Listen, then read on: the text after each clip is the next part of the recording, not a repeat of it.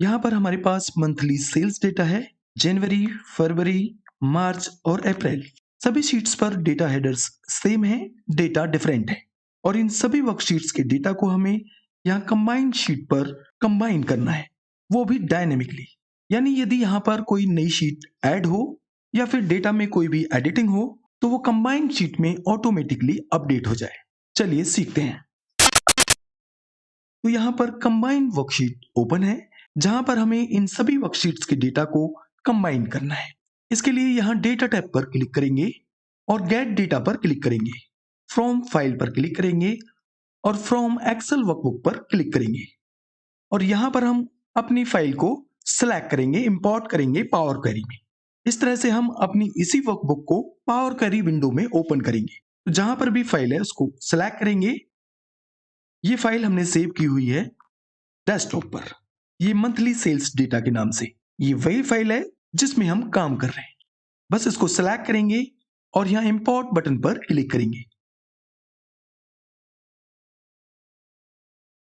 अब यहाँ पर पावर क्वेरी की नेविगेटर विंडो ओपन होगी। यहाँ पर आप सभी शीट्स नेम्स को देख सकते हैं। ये कंबाइंड नेम से जो शीट है ये ब्लैंक है। You can see here this table is empty. अब हम यहाँ पर किसी भी वर्कशीट को सिलेक्ट नहीं करेंगे, हम यहाँ ये फोल्डर आइकन पर क्लिक करेंगे और यहाँ ट्रांसफॉर्म डेटा पर क्लिक करेंगे। अब यहाँ पर शीट नेम के आगे जो टेबल है वहां पर उस पर्टिकुलर शीट का डेटा छुपा हुआ है। जैसे जनवरी मंथ का यदि हम डेटा देखेंगे तो यहाँ पर क्लिक करेंगे, यहाँ नीचे आप देख सकते हैं जनवरी मंथ का डेटा यहाँ पर विजिबल है। इसी तरह से फरवरी मंथ का डेटा अगर हम चेक करेंगे, यहाँ पर ये आप देख सकते हैं ये फरवरी मंथ का डेटा है। अब हम यहाँ पर ये कंबाइंड शीट को अनचेक करेंगे क्योंकि हमें इस कंबाइंड शीट पर इन सभी शीट्स का डेटा कंबाइन करना है। तो यहाँ फिल्टर आइकन पर क्लिक करेंगे और कंबाइंड को अनचेक करेंगे और यहां से ओके करेंगे। अब यहाँ पर ये काइंड वाले फिल्टर पर क्लिक करेंगे, ये बहुत इंपॉर्टेंट स्टेप है। टेक्स्ट फिल्टर्स पर क्लिक करेंगे, इक्वल्स पर क्लिक करेंगे। यहां पर देखिए इक्वल्स में हम टाइप कर देंगे शीट। वो इसलिए टाइप करेंगे यहाँ पर कि जब हमारा डेटा एक्सेल शीट्स पर कंबाइन होगा तो वहां पर जो पावर क्वेरी का एक आउटपुट डेटा होगा वो टेबल में होगा, तो पावर क्वेरी इटसेल्फ उस टेबल के डेटा को भी कंबाइन करेगा। और यहां पर हम डिफाइन कर दे रहे हैं पहले से ही कि केवल शीट का डेटा कंबाइन करना है, किसी टेबल का नहीं। तो इक्वल्स के सामने हमने यहाँ पर शीट टाइप कर दिया है और यहाँ ओके पर क्लिक करेंगे। अब यहाँ पर हमें इन कॉलम्स की कोई रिक्वायरमेंट नहीं है, तो इन दोनों कॉलम्स को सेलेक्ट करेंगे, फर्स्ट कॉलम और सेकंड कॉलम को राइट क्लिक करेंगे, रिमूव अदर कॉलम्स पर क्लिक करके अन्य सभी कॉलम्स को हम यहां से रिमूव कर देंगे। आप चाहे तो ये सिंगल कॉलम को रख सकते हैं। हम ये चाहते हैं कि जो हमारा आउटपुट डेटा होगा उसमें मंथ नेम्स के लिए भी एक अलग से कॉलम ऐड हो जाए, इसलिए हमने ये फर्स्ट वाले कॉलम को एक्स्ट्रा लिया है। अब यहाँ पर इन टेबल्स में जो हिडन डेटा है उसको एक्सपेंड करने के लिए यहाँ एक्सपेंड बटन पर क्लिक करेंगे। यहाँ use original column name as prefix वाले चेकबॉक्स को अनचेक करेंगे और यहां से ओके करेंगे। अब यहाँ पर डेटा एक्सपेंड हो गया है। अब देखिए पहला काम हम यहाँ पर करेंगे कि जो हमारा हेडर्स है वो नीचे की रो में आ गया है, तो हेडर्स को हम फर्स्ट रो में लेकर आएंगे। इसके लिए पावर क्वेरी में एक बहुत सिंपल स्टेप है। यहाँ पर देखिए ये ऑप्शन है use first row as headers, इस पर क्लिक कर देंगे तो फर्स्ट रो हेडर बन जाएगी। इस कॉलम को हम रीनेम कर देंगे, जो कॉलम एक्चुअली अलग से ऐड होगा मंथ नेम्स के लिए। तो यहां पर हम टाइप कर देंगे मंथ। अब आप यहां पर यदि डेटा को स्क्रॉल करेंगे तो आप देखेंगे जब भी नई वर्कशीट का डेटा शुरू होगा तो वहां पर नई वर्कशीट के हेडर्स विजिबल होंगे। जैसे यहां तक जनवरी मंथ का डेटा है तो फरवरी मंथ के हेडर्स यहां पर विजिबल हैं। इसी तरह से अन्य शीट्स के हेडर्स भी यहां पर बीच बीच में विजिबल हैं। तो इसको हम यहां पर अनचेक करेंगे। तो यहाँ कस्टमर नेम वाले फिल्टर को सिलेक्ट करेंगे और यहां पर देखिए कुछ रोज हमारी डेटा में ब्लैंक्स होंगी, इसके लिए हम नल को अनचेक करेंगे और यहां पर हेडर्स को भी अनचेक कर देंगे। ये हेडर है हमारा कस्टमर नेम के नाम से, इसको अनचेक करेंगे और यहां से ओके करेंगे।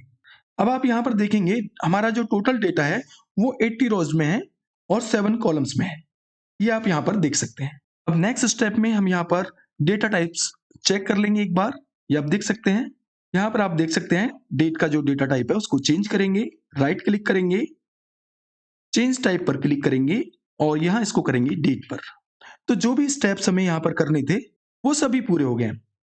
ध्यान रखिए नल वैल्यूज को अनचेक करना है और कॉलम हेडर्स को अनचेक करना है। जो कॉलम हेडर्स अलग अलग शीट्स के आपको बीच बीच में दिखाई देंगे। अब बारी आती है डेटा को वापस से एक्सेल में लोड करने की। तो इसके लिए क्लोज एंड लोड पर क्लिक करेंगे। यहां पर देखिए फर्स्ट ऑप्शन को हमें सिलेक्ट नहीं करना है, क्योंकि फर्स्ट ऑप्शन को यदि हम यहां पर सिलेक्ट करेंगे तो डेटा हमारा एक नई वर्कशीट में लोड होगा, जो आउटपुट डेटा होगा। हमें यहां क्लिक करना है क्लोज एंड लोड टू पर। अब यहां पर इस तरह की विंडो ओपन होगी इंपोर्ट डेटा की। हमें डेटा एक्सिस्टिंग वर्कशीट्स पर चाहिए और कहां पर चाहिए लोकेशन हम यहां पर डिफाइन कर देंगे और यहां ओके बटन पर क्लिक करेंगे। तो यहां पर आउटपुट डेटा आपको विजिबल हो जाएगा। यहां आप देख सकते हैं टोटल नंबर ऑफ रोज हैं 80 जो लोड हुई हैं, क्योंकि हमारी जो वर्कशीट्स हैं सभी में 20 रोज में डेटा है। ये आप यहां पर देख सकते हैं। अब मान लीजिए हमारे पास नेक्स्ट मंथ का सेल्स डेटा आ जाता है, यानी मई मंथ के लिए एक नई वर्कशीट यहां पर ऐड हो जाती है। तो टेस्ट करेंगे कि क्या वो डेटा कंबाइंड शीट में ऑटोमेटिकली अपडेट होगा।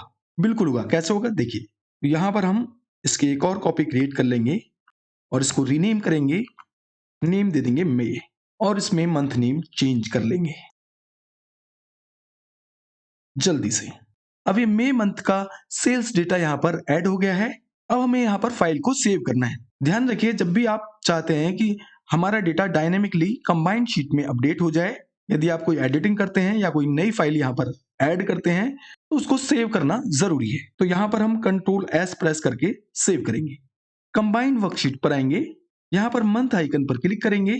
या आप देख सकते हैं यहां पर अभी जैन, फेब, मार्च और अप्रैल इन 4 मंथ्स का ही डेटा है। अब ये मई मंथ का डेटा कैसे अपडेट होगा देखिए, यहां पर कहीं पर भी क्लिक करेंगे, किसी भी सेल में राइट क्लिक करेंगे और ये रिफ्रेश बटन पर क्लिक करेंगे।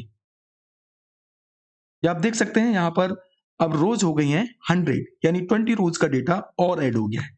अब ये मंथ आइकन पर क्लिक करेंगे, ये आप देख सकते हैं मई मंथ का डेटा यहां पर ऐड हो चुका है। इसी तरह से यदि किसी भी शीट में कोई नया डेटा ऐड होता है, जैसे सपोज जनवरी मंथ की शीट में एक डेटा हम यहां पर ऐड कर देते हैं, तो मैंने अपना ही नेम यहां पर टाइप कर दिया है इस तरह से और कंट्रोल एस प्रेस करके सेव करेंगे। ध्यान रखिए सेव करना बहुत जरूरी है। अब कंबाइंड वर्कशीट पर आएंगे और राइट क्लिक करेंगे और रिफ्रेश पर क्लिक करेंगे। अब देखिए जनवरी मंथ का जो डेटा है उसमें यहां पर उस एंट्री को देख सकते हैं जो अभी हमने वहां पर की थी और यहां पर नंबर ऑफ रोज हो गए अब 101। तो इस तरह से बड़ी आसानी से आप डायनेमिकली मल्टीपल शीट्स के डेटा को एक सिंगल शीट में कंबाइन कर सकते हैं, वो भी सेम वर्कशीट में। तो अभी के लिए बस इतना ही। नमस्कार।